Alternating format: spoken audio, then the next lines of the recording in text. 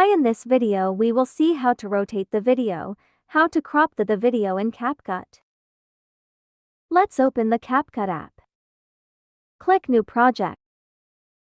For example, I have selected the video of makeup. You can see the video is 10 seconds long. In order to rotate and crop the video, click the video and then press Edit button. Move your cursor to the right side and you will see Edit button. Click it. Some of the options will appear on screen. Click Rotate button to rotate the video. Use your both fingers to rotate the video. Rotate the video at any angle you want. You can also reflect the clip by pressing on Mirror button. In order to copy the clip, click on Crop button.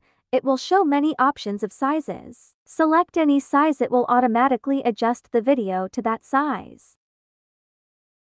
Free means you can crop any size video freely.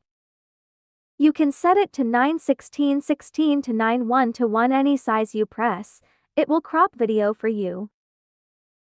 Similarly, many other options are available, you can choose any one you want.